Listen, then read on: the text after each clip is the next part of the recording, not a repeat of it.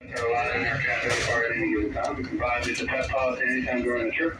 Just be aware we can remove you and the pet at any station. Also, service animals. Service animals, if they are brought upon board, must be registered on your ticket, as we need to know what service they provide. And by Amtrak policy, again, Amtrak policy, all service animals must be accounted for as well. Again, it's one seat, one ticket. So I keep panning around me to see who might be sitting nearby, because we just left Boston maybe 15 minutes ago. This is an Amtrak train, and it has a special platform at Back Bay Station. And while I was standing on that platform, I was getting electronically assaulted by someone who likes to use a directed energy device to electronically assault me, to let me know that they're somewhere in the area and that they have a problem with something that I am doing. That person would be a psychopath, a sex offender, an obsessive stalker, and a career harasser named Jasmine Irizarry, who is being sponsored by the property manager of my building, a Russian operative or career criminal, according to multiple reports. And the property owners are also Russian. So this is a problem. They have been doing everything they possibly can over the last 8 years or so to get rid of me, to force me to move out, to make things so unpleasant and so dysfunctional that I will automatically just leave. I quickly figured out what they were doing, and I refused to leave, because what they're doing is highly illegal, and the more they do it, the more they're like shooting themselves in the foot, basically. Because criminal activities ultimately do not pay. You will ultimately get caught. You will ultimately step in it, right? And that's what the Greenville group are now doing. They are so desperate that they do whatever they can, and whatever they can is usually not legal or on the borderline of what is legal. And they have been sponsoring Ms. Irizarry, a psychopath, and I would know because she was an inmate at the Lemuel Shattuck Hospital. She was a psychiatric patient there back in 2006 when I was performing a PhD program internship at the Shattuck Hospital. And Ms. Irizarry is being treated by some of my colleagues from my PhD program, and she would compulsively vomit on staff and other patients to try to contaminate them with her HIV-contaminated body fluids.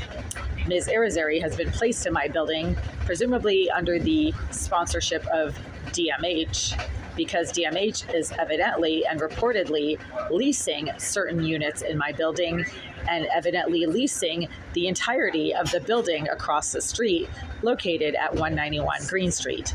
My building is on the other side of the 191 Green Street building, across Union Ave.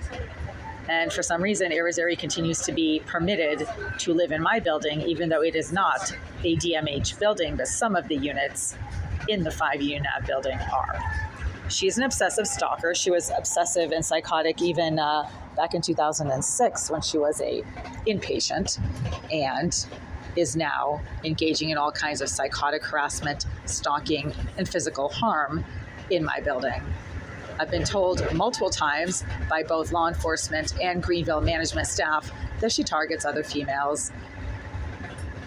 Ms. Irizarry has an extensive history of showing up on trains when I happen to be taking those trains. And this started happening back in 2015, 2016, when Irizarry was frequently showing up at like 6:30 in the morning when I'd be on the train to get to work. I thought that she was working downtown and that she had some weird hours. I had weird hours. I had to be at work before 7. So when Irizarry was on the same train as me going downtown at least 15 or 18 times over the period of a year, I went to the Greenville staff and I asked them if she works downtown. And they said, she doesn't work downtown. She doesn't work. That's weird, because she was always on the trains that I was taking to get to work, and not just on the same train, but also on the same car. Now I have reason to suspect that she was at Back Bay Station just now, And we are Sunday, June 22nd. It's right around 8:15 p.m. Last week, a week ago exactly, also on Sunday, that was June 15th, Irizarry stood in my path as I was running towards the Amtrak doorway to get down to the Amtrak platform.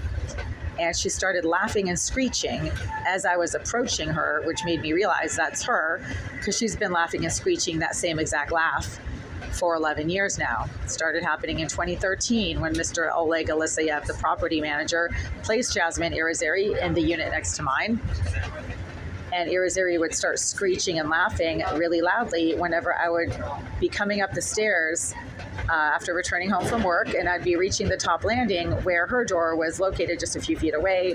Her door had a little eye thing on it, like one of those peepholes, and she would literally screech and laugh almost every time I approached the top of the landing near her door after getting home from work, just about every day.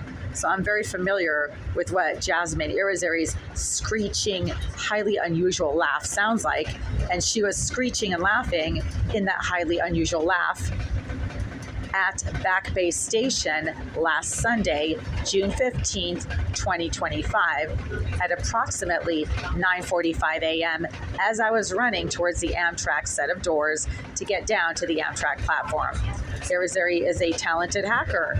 That's a direct quote from her sponsor and friend, the property manager Oleg Elisayev.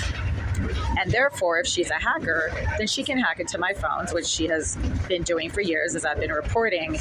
And she interferes with the functioning of those phones. And she also obviously has access to my emails and my train tickets and my e-tickets and all kinds of other tickets. So of course she knew where I was going when I was at Back Bay Station last week.